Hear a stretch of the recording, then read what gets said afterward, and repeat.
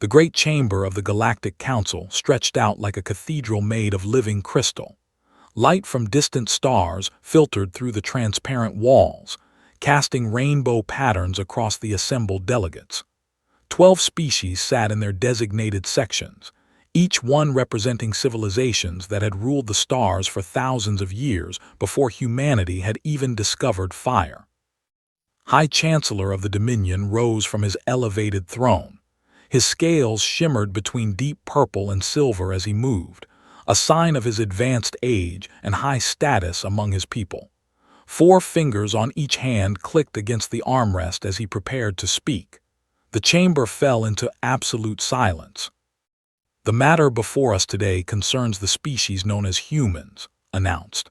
His voice echoed through the hall, amplified by technology so advanced it seemed like magic. "They have been part of our galactic community for 300 years. In that time, they have spread to 12 colony worlds. They have integrated themselves into our trade networks. They have provided labor and services to many of our member species." He paused, letting his words sink in.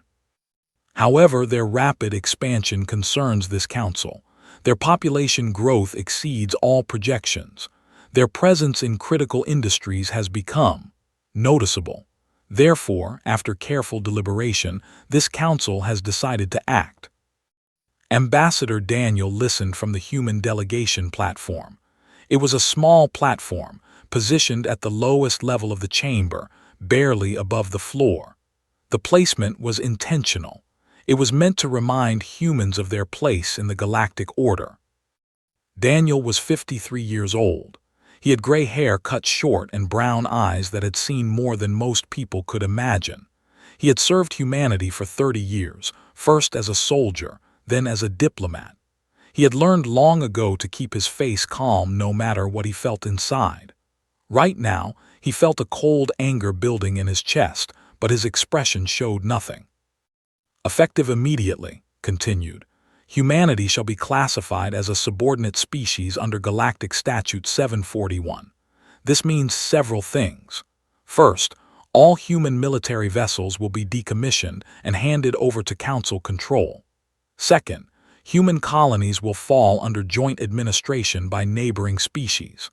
Third, humans will provide labor and resources to member worlds as directed by this council." A murmur of approval rippled through the chamber. The delegate and creature named clicked her mandibles in satisfaction. The representative, a being made of living stone, nodded its massive head. Even the normally neutral seemed pleased. Daniel stepped forward. His footsteps echoed in the sudden silence. "Chancellor," he said, his voice steady and calm, "I must inform you that Earth's government has not agreed to these terms. In fact, we were not consulted at all." Laughter filled the chamber. It came from all directions, a mixture of clicks, whistles, and sounds that humans had no name for. Leaned forward, her compound eyes glittering with amusement. "Agreement is not required, human," she said. "You seem to misunderstand your position. The Galactic Council commands over 400 billion sentients across 9,000 star systems. Your species numbers merely 8 billion, spread thin across a handful of worlds. You have no fleet capable of challenging us. You have no weapons that concern us. You have nothing." She spread her forearms wide. "You will comply with this decree, or you will be made to comply. The choice is yours, but the outcome is the same."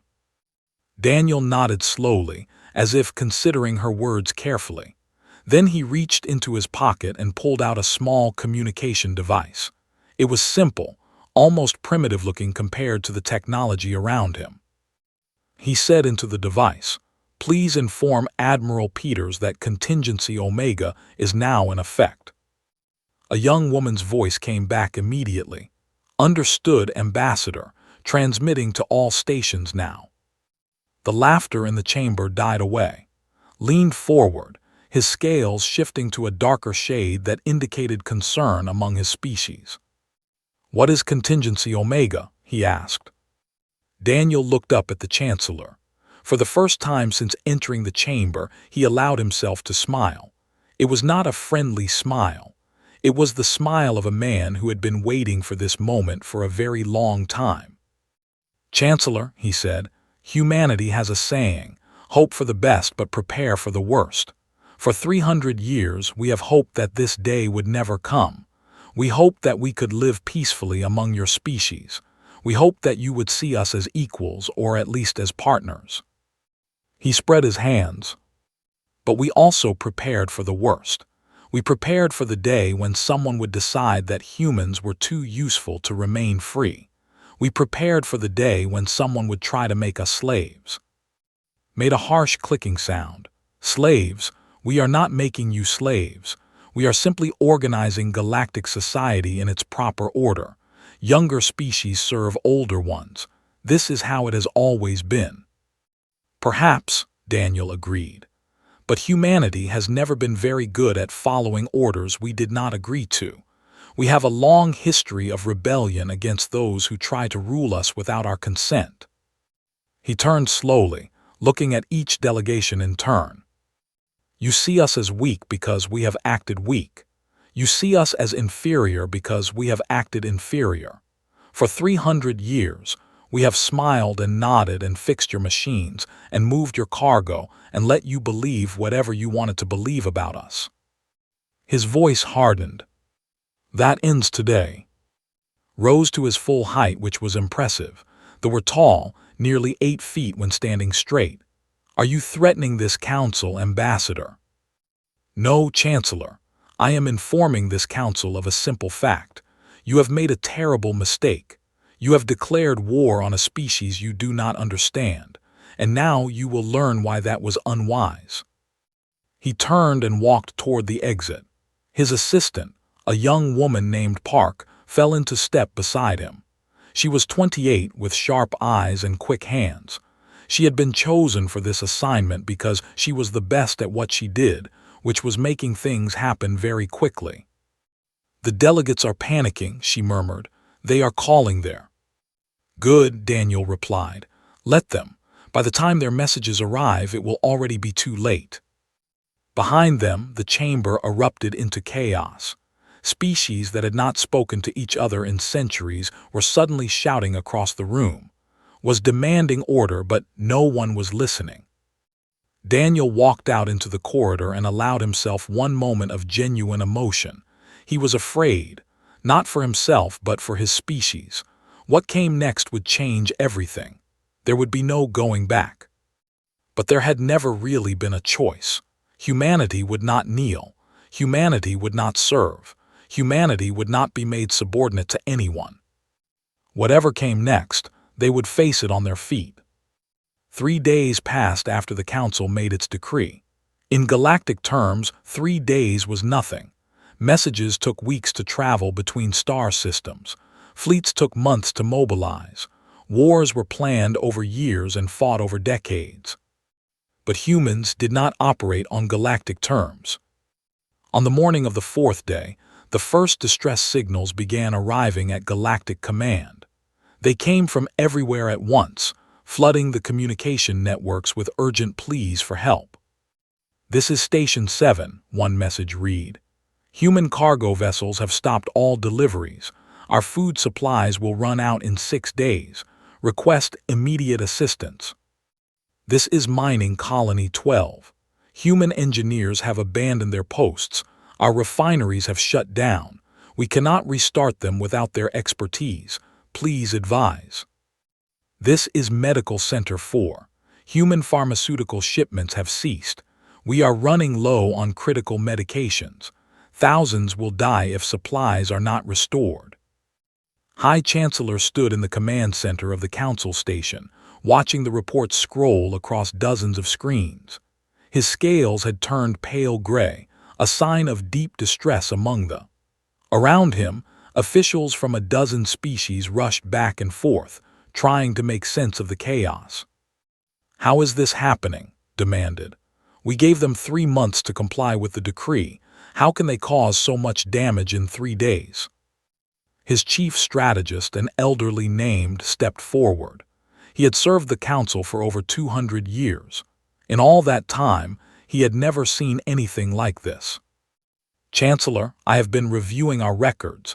The situation is worse than we realized. He activated a holographic display. A map of the galaxy appeared, with red indicators spreading across it like drops of blood in water. Human shipping companies move approximately 60% of all interstellar cargo. This includes food, medicine, raw materials, and manufactured goods. When they stopped moving, supply chains across the galaxy began to collapse. Stared at the map. 60%. How did they gain control of so much shipping?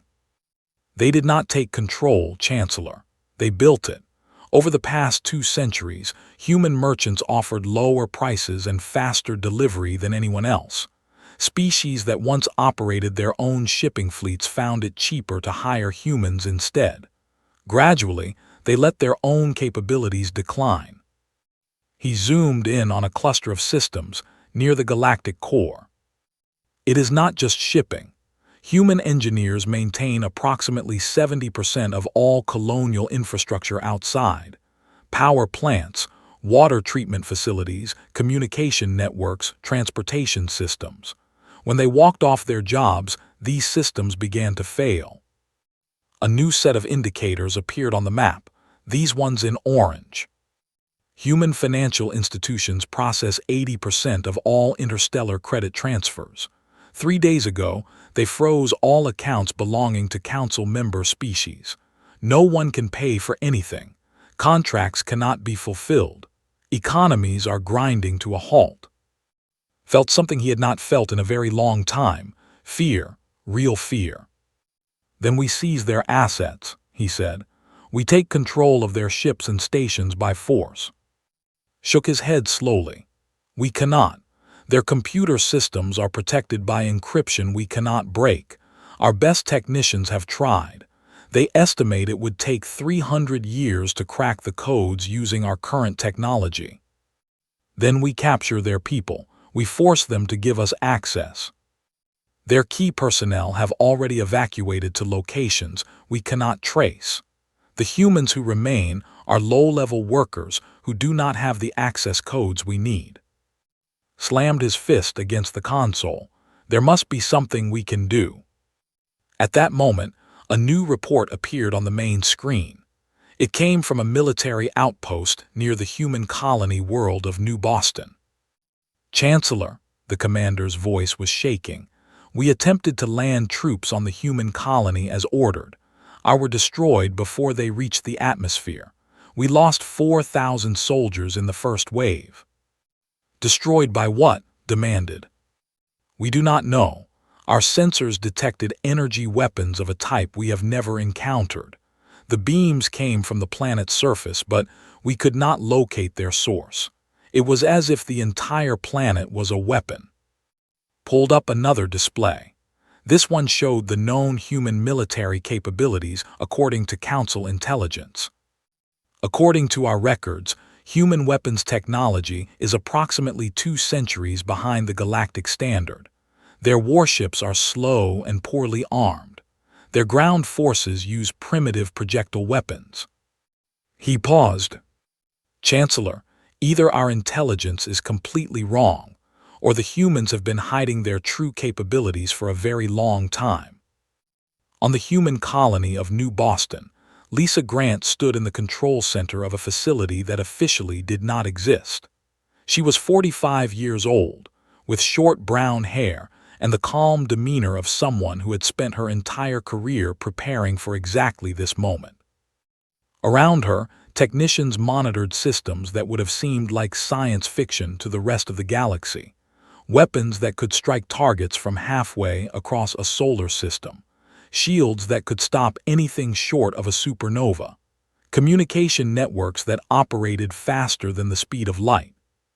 The fleet is withdrawing, one of her technicians reported. They are moving to a safe distance. Lisa nodded. Good. Maintain defensive posture, do not pursue. Ma'am, we could destroy their entire fleet with a single strike. Should we not press the advantage? Lisa shook her head. Our orders are to defend, not attack. The ambassador is handling the political side. Our job is to make sure they understand that attacking us is not an option." She looked up at the main display, which showed the retreating alien ships. "They thought they could push us around because we seemed weak. They are learning that appearance and reality are not the same thing, but we do not want to humiliate them. We want them to understand." Back on the council station, received another message. This one was from Ambassador Daniel. "Chancellor, I hope you have had time to reconsider your position. As you have seen, humanity is not as helpless as you believed. We do not wish to cause unnecessary suffering, but we will not accept subordination." Read the message 3 times. Each time his scales grew a little paler. "What do we do now?" he asked quietly. Had no answer. For the first time in his long career, he had no answer at all. Admiral Grace Peters had spent her entire adult life preparing for a war she hoped would never come. She had joined the Earth Defense Force at 18, risen through the ranks by being smarter and tougher than everyone around her, and eventually earned command of humanity's most powerful secret weapon. The carrier Independence floated in the darkness between stars, surrounded by 200 warships that the galaxy did not know existed. These were not the slow, clumsy vessels that humans showed to their alien neighbors. These were something else entirely. Sleek, fast, and armed with weapons that could crack planets in half. Grace stood on the bridge, her hands clasped behind her back, watching the tactical display. She was 52 years old, with silver hair cut short and eyes that had seen too much to be surprised by anything anymore. Her uniform was simple and practical, decorated with medals that would have meant nothing to the aliens she was about to face. "Admiral," her tactical officer said, "fleet incoming. 300 vessels, including 12 capital ships. They will arrive in 15 minutes." Grace nodded calmly. "Signal all ships to maintain formation. Weapons remain powered down until I give the order." "Ma'am, they outnumber us significantly." "Numbers are not everything." Was young, only 28, but he had been chosen for this assignment because he was brilliant and steady under pressure. He had trained on simulators that prepared him for exactly this scenario, but simulators were not real life. "Yes, ma'am," he said, swallowing his nervousness. The minutes ticked by slowly. Grace used the time to review her orders one final time. She was authorized to defend human space with whatever force was necessary, but she was not authorized to start a war of extermination. The goal was to demonstrate human capabilities, not to destroy the entirely. It was a delicate balance. Show enough strength to make them afraid, but not so much that they felt they had nothing to lose. The fleet dropped out of faster-than-light travel in a burst of distorted space. 300 warships arranged themselves in a standard combat formation, with the capital ships protected in the center and smaller vessels screening the flanks. Grace had to admit they looked impressive. They built their ships to intimidate, with sharp angles and glowing weapons ports.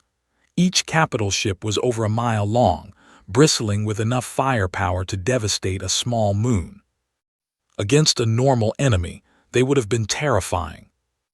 "Open a communication channel," Grace ordered. The face of Fleet Commander appeared on the main screen. He was young for his rank, his scales bright green with youth and ambition. Grace had read his file. He was aggressive, overconfident, and convinced of his own superiority, perfect for what she needed. "Human vessels," said, his voice dripping with contempt, "you are in violation of galactic law. Your fleet is ordered to surrender immediately. Power down your weapons and prepare to be boarded." Grace waited a moment before responding. She wanted him to see that she was not afraid. "Commander," she said, "I am Admiral Grace Peters of the Earth Defense Force.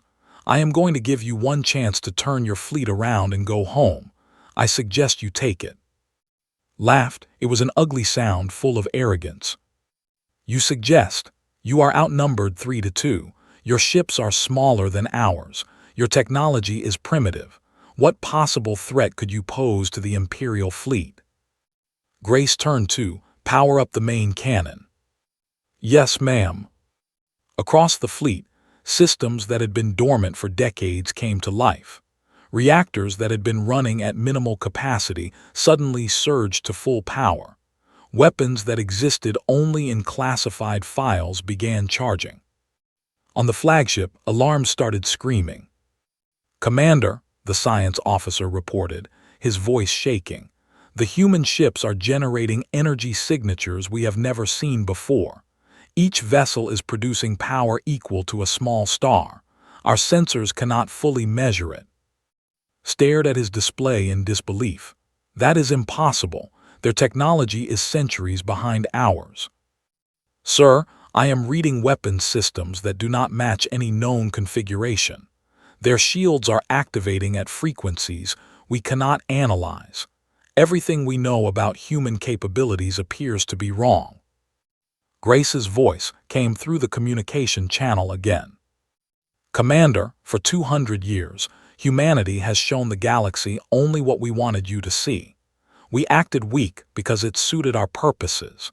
We let you believe you were superior because it made our lives easier.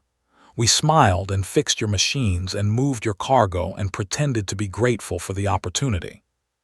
The main cannon of the Independence finished charging. It was a weapon that could punch through anything the galaxy had ever built. "We were never inferior, Commander. We were patient, and now our patience has run out." Tried to maintain his composure, but his scales had shifted to a sickly yellow color that indicated fear among his species. "You are bluffing. This is some kind of trick." "Let me show you that it is not." Grace nodded to. A single beam of pure energy lanced out from the Independence. It crossed the distance between the fleets in less than a second, too fast for any defensive system to react. It struck the largest capital ship dead center and passed through without slowing. For a moment, nothing seemed to happen. Then the great vessel split in half, its internal structure completely severed.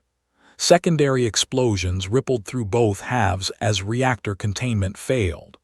Within 30 seconds, a ship that had taken 10 years to build was reduced to expanding clouds of debris and frozen bodies. Silence filled both bridges. They stared at the remains of their flagship in shocked disbelief. The humans watched with grim satisfaction. "Commander," Grace said quietly, "you now have 10 seconds to order your fleet to withdraw. After that, I will stop being polite." She began counting. Did not need 10 seconds. His hands were shaking as he gave the order. "All ships retreat. Maximum speed, get us out of here." The fleet turned and ran. It was not an orderly withdrawal. It was a panicked flight, ships bumping into each other in their desperate haste to escape. Grace watched them go. She felt no joy in the victory. War was not something to celebrate even when you won, but she felt satisfaction. Humanity had sent a message that could not be ignored. Admiral said softly, "What happens now?" Grace sighed. "Now we wait. We have shown them we can hurt them. The question is whether they are smart enough to learn from it." She turned away from the display. "Signal the ambassador. Tell him the demonstration was successful. The ball is in his court now." Far away, on the council station, High Chancellor received a report that would change everything. An entire capital ship, destroyed in seconds by a weapon that should not exist. His mighty fleet, running like frightened animals from enemies they had dismissed as primitives. For the first time in his long life, began to understand that everything he believed about humans was wrong. And that terrified him more than anything else. High Chancellor had not slept in 6 days. Dark circles had formed under his eyes, and his scales had faded to a dull gray that made him look 20 years older. He sat alone in his private chambers, surrounded by reports that painted a picture of complete disaster. The collective had withdrawn from the Galactic Council. Their delegate had delivered a bitter speech blaming them for dragging them into a conflict they could not win. 3 of their colony worlds were on the edge of famine because human supply ships had not delivered food in over a week.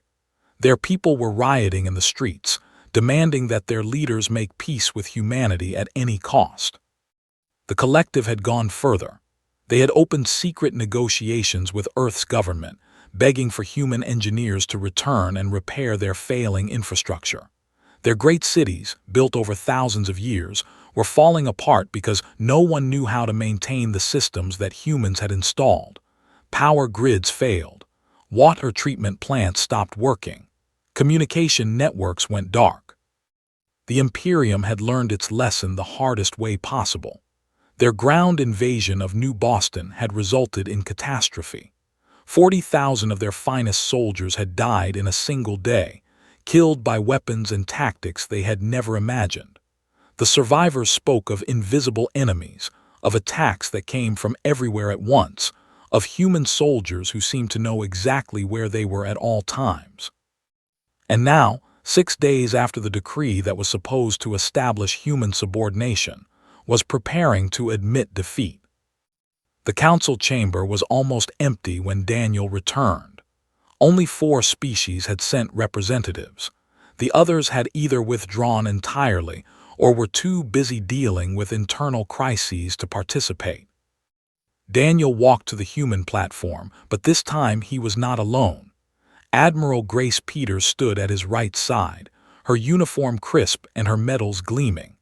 At his left stood a young woman in civilian clothes who introduced herself as Secretary of Commerce Cole. Looked down at them from his elevated throne. He felt none of the superiority he had felt at their last meeting. Now he felt only exhaustion and fear.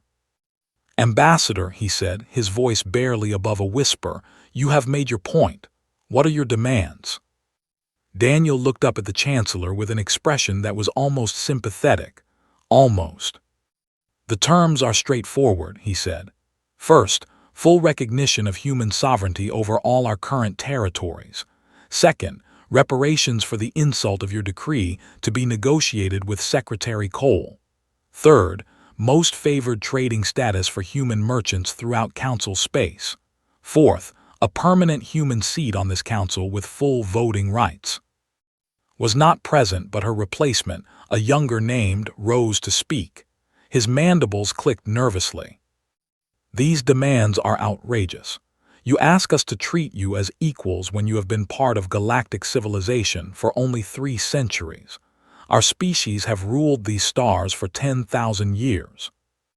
Cole stepped forward. She was small in stature, barely 5 feet tall, but there was nothing small about her presence. She carried a tablet that contained information that could destroy economies with a single press. "Delegate," she said pleasantly, "let me share some numbers with you. In the past week, your species has lost access to 73% of your pharmaceutical supply chain, 81% of your computer manufacturing capability, 94% of your financial services infrastructure." She scrolled through her tablet. "Your economy will collapse completely within 6 months if current conditions continue. Your people will begin dying of preventable diseases within 3 months. Your colonies will start experiencing food shortages within 6 weeks." She looked up with a smile that contained no warmth. "Do you really want to argue about what is outrageous?" Sat down without another word.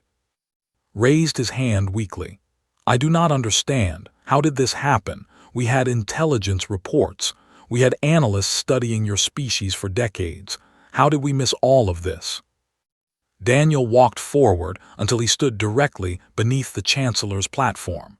He looked up at the Ancient with something that might have been pity. "You missed it because you never really looked," he said. "You saw what you expected to see. Primitive humans fixing your machines. Simple humans moving your cargo. Grateful humans accepting whatever scraps you threw their way." He spread his hands. "You never asked why we were everywhere. You never wondered why we worked so hard to make ourselves useful. You never considered that we might have a plan that stretched across centuries." Grace Peters spoke for the first time. Her voice was cold and professional. 300 years ago, when humanity first made contact with the galaxy, we realized immediately that we were outmatched. Your technology was superior. Your populations were larger. Your fleets could have crushed us without effort.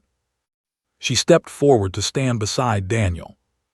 So we did what humans have always done when facing a stronger enemy. We adapted. We made ourselves valuable. We studied your weaknesses, and we waited. Cole nodded. We built shipping companies that offered lower prices and better service. We trained engineers who were more skilled and more reliable. We created financial institutions that were more efficient and more trustworthy. Gradually, you came to depend on us for everything. Daniel picked up the thread. And while you were busy feeling superior, we were building weapons you could not imagine. We were developing technologies that make your most advanced systems look like toys. We were preparing for the day when someone would make the mistake you made. Stared down at them. His scales rippled with an emotion that humans would recognize as shame. Why, he asked, why pretend to be weak when you were strong? Why serve us when you could have conquered us? Daniel was quiet for a moment before answering. Because conquest is not victory, Chancellor. If we had revealed our true power 3 centuries ago, you would have united against us. We would have won the war, but we would have lost the peace. We would have ruled a galaxy that hated and feared us. He gestured around the chamber. Instead, we made ourselves essential. We wove ourselves into the fabric of your civilization so deeply that you cannot remove us without destroying yourselves. And when you tried to make us slaves, you discovered that the slave had become the master. Grace Peters added, we do not want to destroy you. We do not want to rule you. We want to be recognized as what we have always been, equals, partners, a species worthy of respect. Was silent for a long moment. When he spoke, his voice was heavy with defeat. We accept your terms. The words hung in the air. 300 years of careful planning had led to this moment. Humanity had achieved in 6 days what conquest could never have accomplished. They had won without fighting a war. They had gained power without shedding rivers of blood. Daniel nodded slowly. Thank you, Chancellor. I think this is the beginning of a new relationship between our species, one based on mutual respect rather than dominance. He turned to leave, then paused. One more thing. In the future, when you encounter a new species, perhaps you should take the time to truly understand them before making assumptions. Appearances can be deceiving. He walked out of the chamber with Grace and at his sides. Behind them, the remnants of the Galactic Council sat in stunned silence, trying to understand how everything they believed had been so completely wrong. 1 year had passed since the day that historians would call the Great Humbling. The galaxy had changed in ways that no one could have predicted, and the changes were still happening. The council chamber looked different now. Human architects had been invited to redesign the space, and they had created something beautiful. Warm wooden panels lined the lower walls, blending with the alien crystal above. Soft lighting replaced the harsh glare of before. Comfortable seating had been installed for all delegates, not just the senior species. Most importantly, the platforms were now all at the same level. No species sat above any other. Daniel occupied the human seat, a position that had become one of the most important in galactic politics. Around him sat representatives from 15 species, including 3 new members who had applied to join after seeing how the council had evolved. Cole was presenting a proposal for restructuring interstellar trade. Her ideas were complex, built on economic models that alien analysts struggled to understand. But they had learned to trust her judgment. Every prediction she had made over the past year had proven correct. The human proposal is approved, announced when she finished. His voice was quieter than it used to be, less arrogant. The past year had taught him humility. Are there any objections? No one spoke. The session continued for another 2 hours, addressing issues that ranged from border disputes to environmental regulations. Through it all, Daniel noticed how different the atmosphere had become. Species that had once barely tolerated each other were now working together. Old enemies were finding common ground. Humanity had not just won a place at the table, they had changed the table itself. After the session ended, Daniel gathered his materials and prepared to leave. He was tired. The work of reshaping galactic politics was exhausting, and there was always more to do. Ambassador. He turned to find standing behind him. The old chancellor looked smaller somehow, diminished by the events of the past year, but there was something new in his eyes, something that looked almost like respect. Chancellor, how can I help you? Gestured toward a side corridor. Would you walk with me? There is something I wish to discuss privately. Daniel nodded and followed through the station's corridors. They eventually reached an observation deck overlooking the station's artificial gardens. Plants from 100 worlds grew together in carefully designed harmony. I have been studying human history, said, staring out at the gardens. Your species fascinates me. You are so young compared to us, yet you have accomplished so much. We had good teachers, Daniel replied. Every species we encountered taught us something valuable. That is generous of you to say. We taught you to hide, to deceive, to wait in the shadows until the moment was right to strike. Daniel shook his head. You taught us patience. You taught us that strength without wisdom is useless. Those are valuable lessons. Turn to face him. I have noticed a pattern in your history. Your species has been conquered many times. You were ruled by empires that seemed invincible. You were enslaved, oppressed, treated as lesser beings. That is true. Yet somehow you always survived, more than survived. You absorbed your conquerors, you learned from them. You grew stronger while they grew weaker. Eventually, you outlasted them all. Daniel said nothing, he simply waited. I do not understand how, continued. They ruled this region of space for 10,000 years because we destroyed anyone who threatened us. That was our strategy. Crush opposition before it can grow. But you humans, you were crushed again and again, and somehow you always came back stronger. Daniel thought about the question for a long moment before answering. Chancellor, humans learned long ago that the greatest victories are won without fighting. Any fool can start a war. It takes wisdom to win a peace. He looked out at the gardens, where alien species walked together in harmony. When we first met your civilization, we could have tried to fight. We would have lost, but we could have tried. Instead, we asked ourselves a different question. Not how do we defeat them, but how do we make them need us? And so you made yourselves indispensable. Yes, we wove ourselves into the fabric of galactic civilization so completely that removing us would tear everything apart. We became the merchants who moved your goods, the engineers who maintained your infrastructure, the bankers who managed your wealth. By the time anyone realized what was happening, it was already too late. Scales shifted to a color Daniel had never seen before.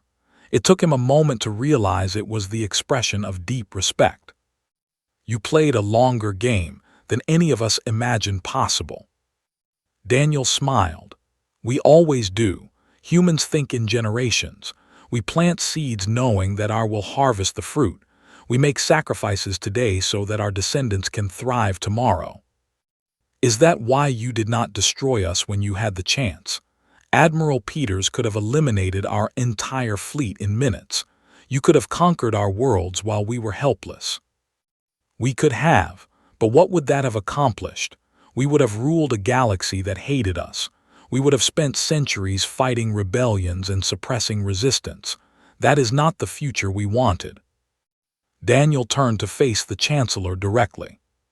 We wanted what we have now, a seat at the table, a voice in how the galaxy is governed, the respect we earned by being valuable, not the fear we could have earned by being violent. Was quiet for a long time. When he finally spoke, his voice was soft. I owe you an apology, Ambassador. When I made that decree, I thought I was protecting my people from a growing threat. I thought I was being prudent. Instead, I was being foolish. I judged your species by appearances and nearly brought disaster upon us all." Daniel extended his hand, a human gesture of friendship, looked at it for a moment, then reached out with his own four-fingered hand to clasp it. "The past is past, Chancellor. What matters now is the future we build together." They stood there for a moment, two representatives of species that had nearly gone to war, finding common ground in the gardens of a station that belonged to everyone. Later that evening, Daniel returned to his quarters and found a message waiting from Earth. It was from his daughter, now 30 years old and serving as a junior diplomat on one of the new human embassies. "Dad," her message read, "I wanted you to know that I am proud of you. What you accomplished this year will echo through history. I will learn about the great humbling and how humanity earned its place among the stars without firing a shot." Daniel read the message twice, then saved it to his personal archive. His daughter was wrong about one thing. They had fired shots. Grace Peters had destroyed a capital ship to prove a point. 40,000 soldiers had died on New Boston. But compared to what could have happened, the cost had been remarkably low. A galaxy of 400 billion souls had been transformed without a true war. That was something worth celebrating. He looked out his window at the stars. Somewhere out there, human ships were moving cargo, human engineers were building infrastructure, human teachers were sharing knowledge. The galaxy still depended on humanity, and now everyone knew it. The decree had declared humans subordinate. 1 year later, humans sat as equals among the great powers of the galaxy. Some might call it a miracle. Daniel called it planning. Humanity had waited 300 years for this moment. They had endured condescension and dismissal, prejudice and contempt. They had smiled through insults and worked through exploitation. And when the moment finally came, they had been ready. They would always be ready. That was simply what humans did. Daniel closed his eyes and allowed himself to rest. Tomorrow there would be more work to do. There was always more work to do. But for now, in this quiet moment, he could be satisfied. Humanity had earned its place among the stars, and they were only getting started.